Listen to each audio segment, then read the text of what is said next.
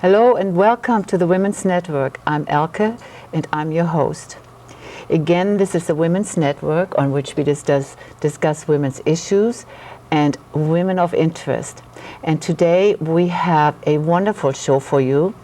It is about a woman who was unfortunately very, very interesting. And with that, we want to enter the world of art. We will today discuss the portrait of Frida Kahlo.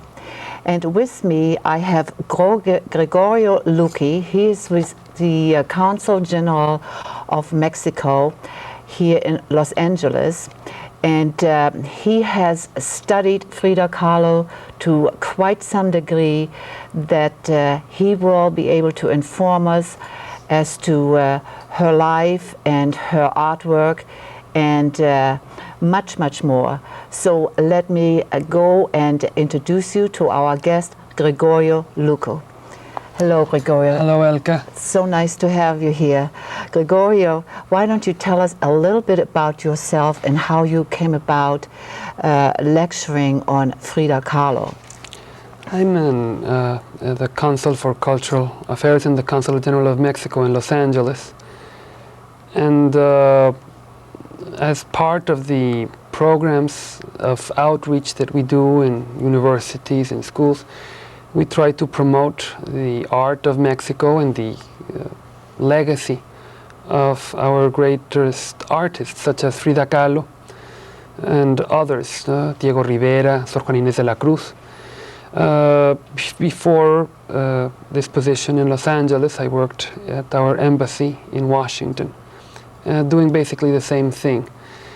And we believe it's very important not only to share the work or the art or the biography of an artist, in this case of Frida Kahlo, but also to speak to you about the cultural background and the country in Mexico, the many influences, in the case of Frida Kahlo, from the pre-Hispanic art to the most modern paintings that shape her.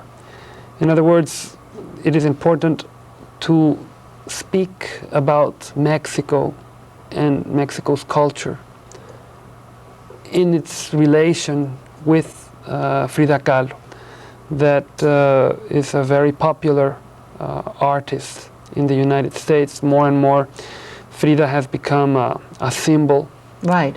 I meant to ask, what brings Frida Kahlo out to the forefront? What is it about her? In fact, just a few years ago, we had sort of like a wave right here in Los Angeles about Frida Kahlo.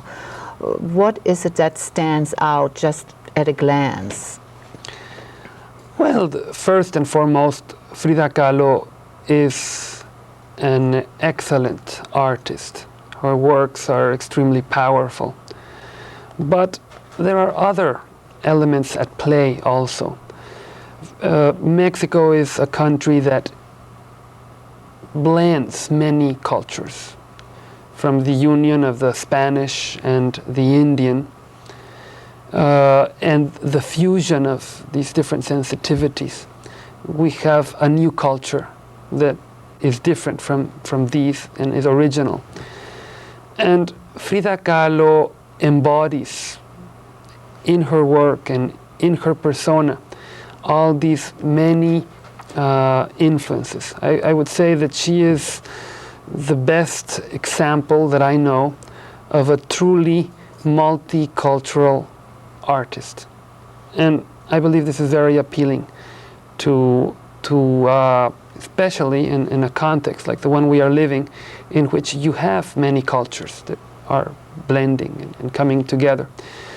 I would also say that Frida Kahlo had a very difficult time in her life. Yeah. She experienced constant pain, had a very severe accident, but she was able to overcome all of these problems and to somehow sublimate them in her art.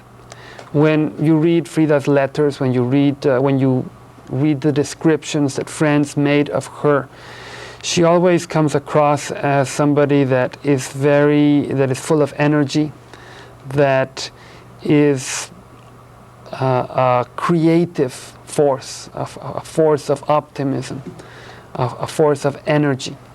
It is very telling that in her last painting she writes the phrase "Viva la vida," long live life, Right. Yeah. even if she was suffering great pain. So I think that she's also an inspiration.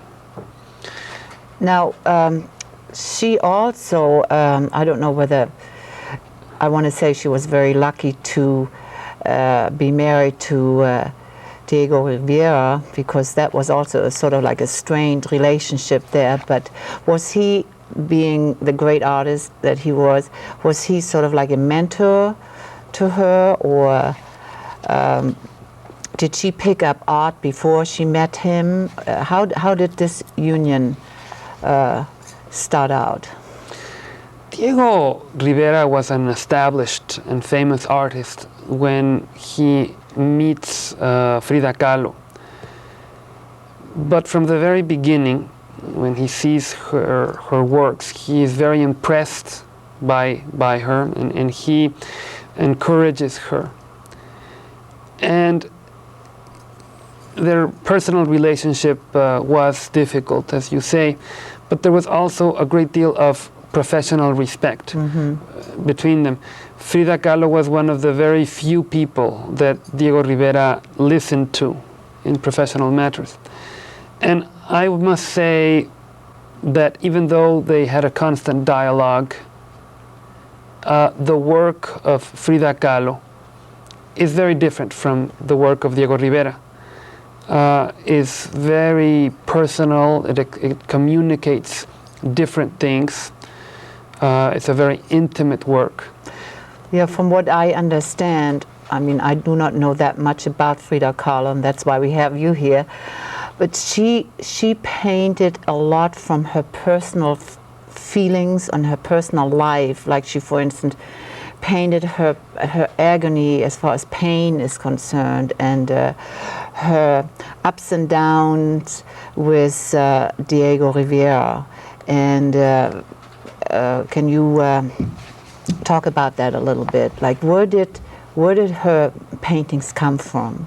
I mean, is it from her inner? I feel like it was from her inner, or from what I heard, it was from her inner feelings and her surroundings.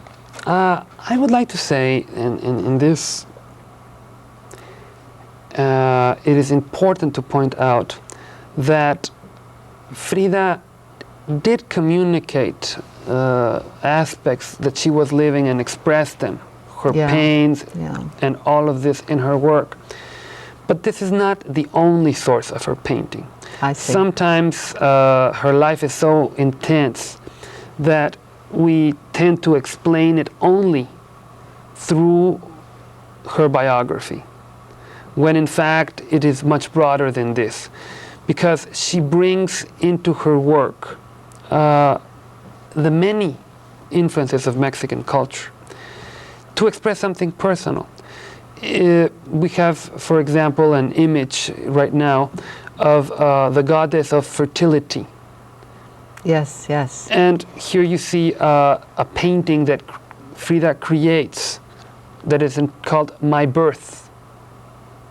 That is something personal, very dramatic, but that is enriched by that art that she's incorporating. She also brings into her work the Spanish and the European tradition that are also reflected. And not only is she capable of bringing to her work the so-called educated art, or the art of the elite, so to speak, but also popular works. For example, she incorporates some of the religious work, the retablos or the milagros, these paintings that are done as a way of thanking, and are placed in the churches. And in this occasion we see a typical ex voto that they are called, that show what happened and then write in letters and describe the moment. Frida sometimes uses the same technique, the same idea, to communicate something different. But her work, as I say, reflects not only her life, but also her culture. And I believe this is very important.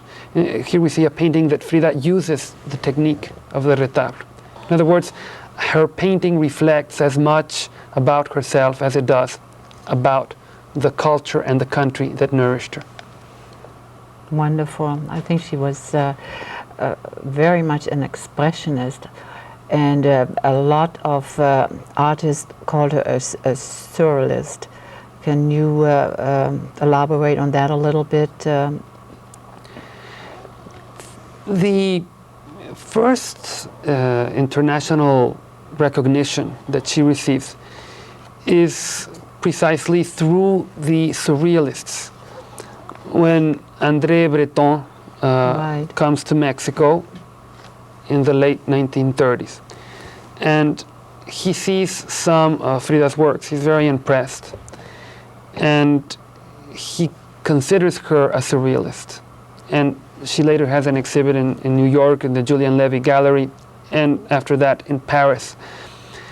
And yet Frida would say that she was not a surrealist because she did not paint dreams. She painted her own reality, Right. she would say. She does have some aspects in common with the surrealists, especially in her diary that has recently been published, in which she would express or she would paint the first things that came to her mind. She would, in a similar manner to this so-called automatic writing of the surrealists, that liberates the subconscious and the universe of the dreams. So I think that yes, she incorporates some elements of surrealism, but again, her work speaks to us about herself, her reality, her culture. Let's go a little bit into Frida Kahlo as a person.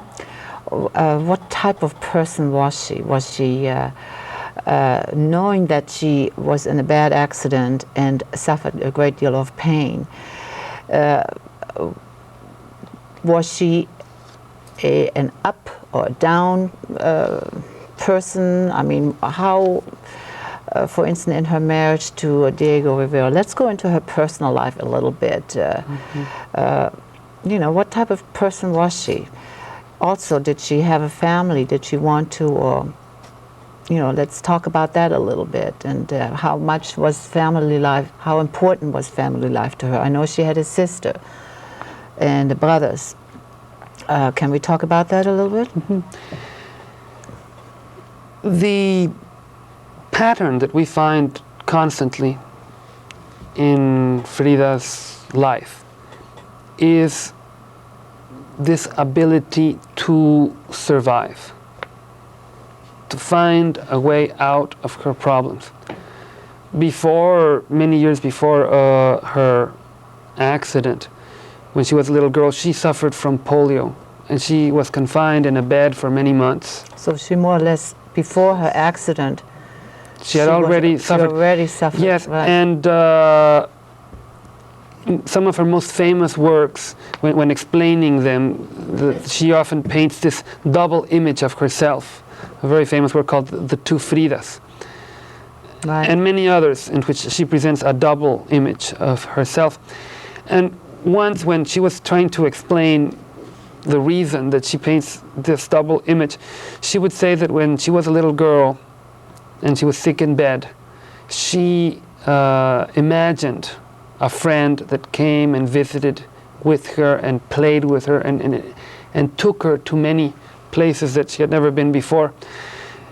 What amazes me is this ability to create in spite of pain, to never feel sorry for herself. Later, precisely one of the sequels of the accident that she has is precisely her becoming an artist. Frida becomes an artist, or shall I say, begins to paint while she is recovering from that accident. Yes. And the way she dresses. She had problems in her legs, but she dresses in these wonderful Mexican costumes that somehow mask her own problems.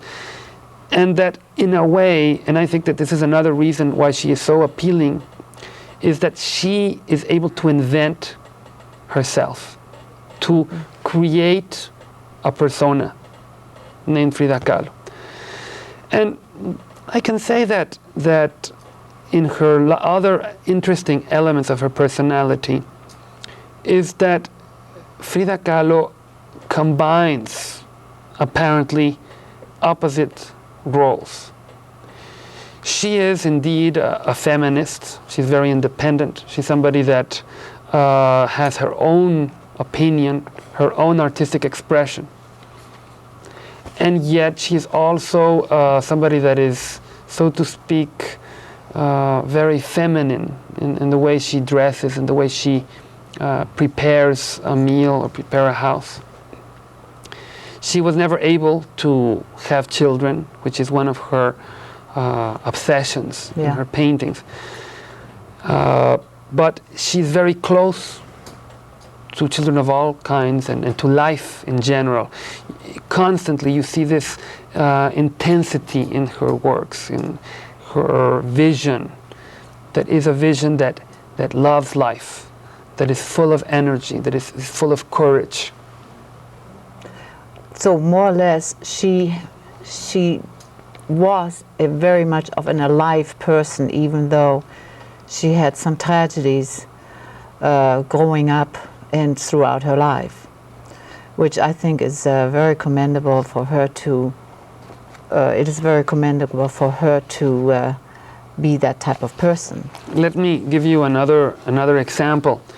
At the end of her life, she was suffering enormously. You know, she had a very painful back surgery, many problems, and she had never had an individual exhibit in Mexico.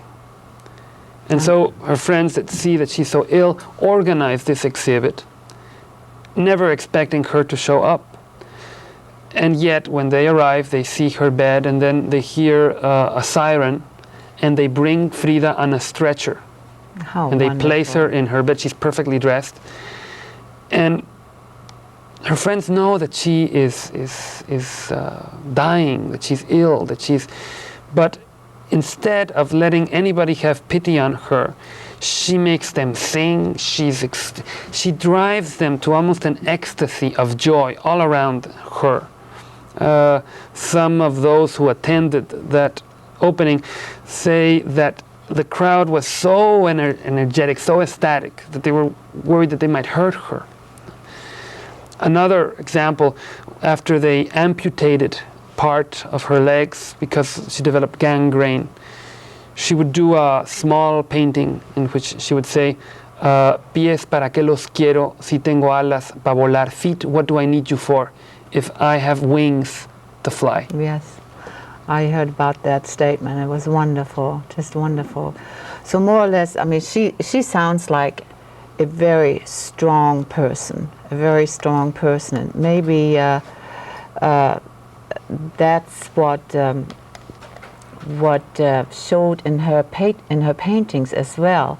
I'm following a little bit what we're going through on the screen, and they're all very impressive and very strong pictures, very much of a story behind each picture. And like you said earlier throughout the show, that Diego Rivera and Frida Kahlo came from two different worlds as far as their paintings are concerned. What type of painter was he? We would need a whole program or several programs to speak about just Diego Rivera. Diego Rivera is... I mean, he, like you said earlier too, he did not really have any influence as far as her style was concerned.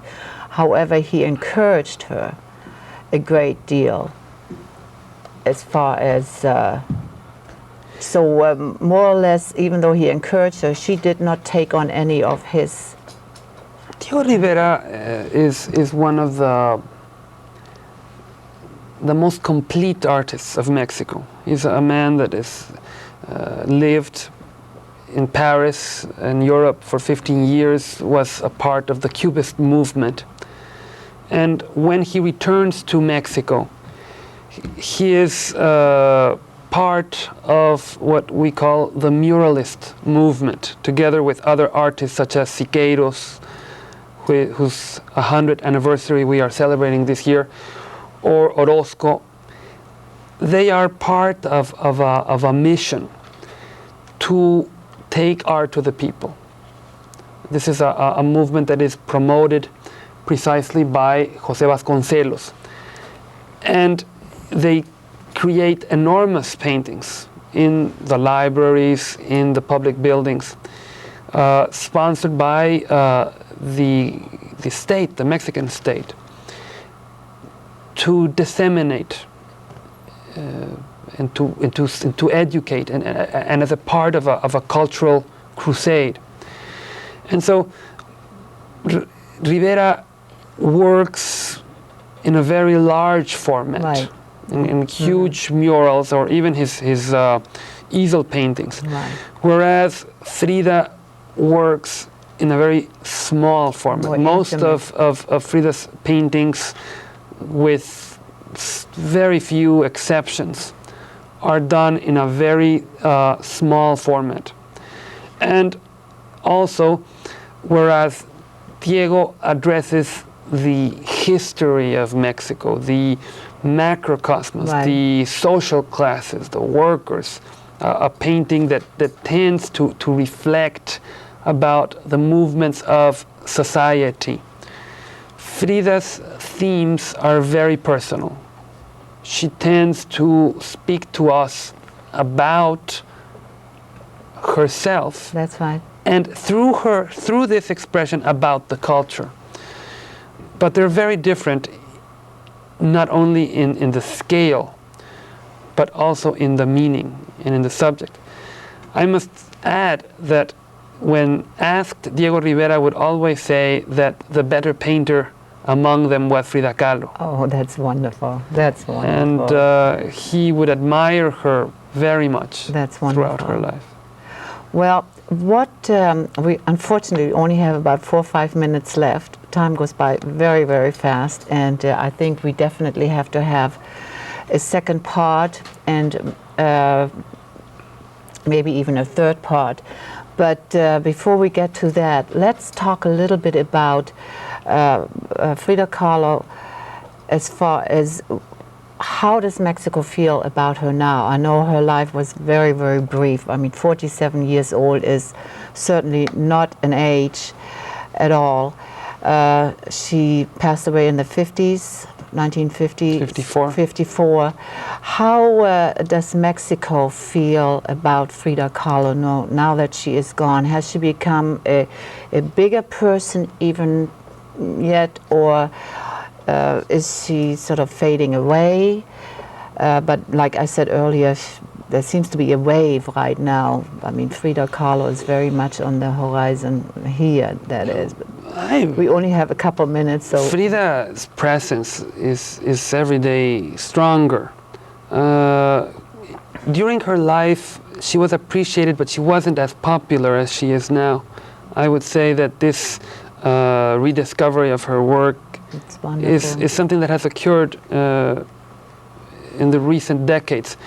And now it is very strong. There are many new books that have been published about her. The excellent biography by Hayden Herrera, studies like Sarah Lowe's or like Marta Zamora. What about her diary? Is that... Her diary was recently published, I believe last year, with an introduction by Carlos Fuentes. There is a new museum that is precisely by Lola Olmedo, that is one of the most important collectors of Frida's works. And so this is recently opened in Mexico. Besides her house that has been a museum for some time now. And so I believe that there is increasingly more books and scholarly studies about Frida Kahlo. Her work is also very much in demand. There is museums where one can see her work. And I think understand she's increasingly appreciated. I understand the two houses that they had, one belonged to Frida and one belonged to Diego at the end.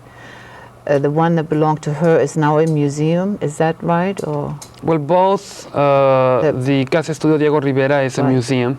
And that's the Blue House, the Casa Azul, the Blue House, right. Where she was born and where she died, is also now a museum, and it's open to the public. But has been a museum for some time. The museum I was telling you is a new museum. Right, and that's in Mexico City. In the south of Mexico City, yes. Well, Gregorio, I want to thank you so much for being so informative about Frida Kahlo, our artist today. And I hope you can come back, because I'm really curious about more of her life in the later years, even though, as I said, she unfortunately died very early, but and you said earlier we have much more to discuss. So would you come back and certainly willing, and thank you so much. We are very interested in people knowing more about her and studying more about her. Well, I want to thank Gregorio Luque, who is with the Consulate of Mexico here in Los Angeles. He is the consulate, or the Council for Cultural Affairs.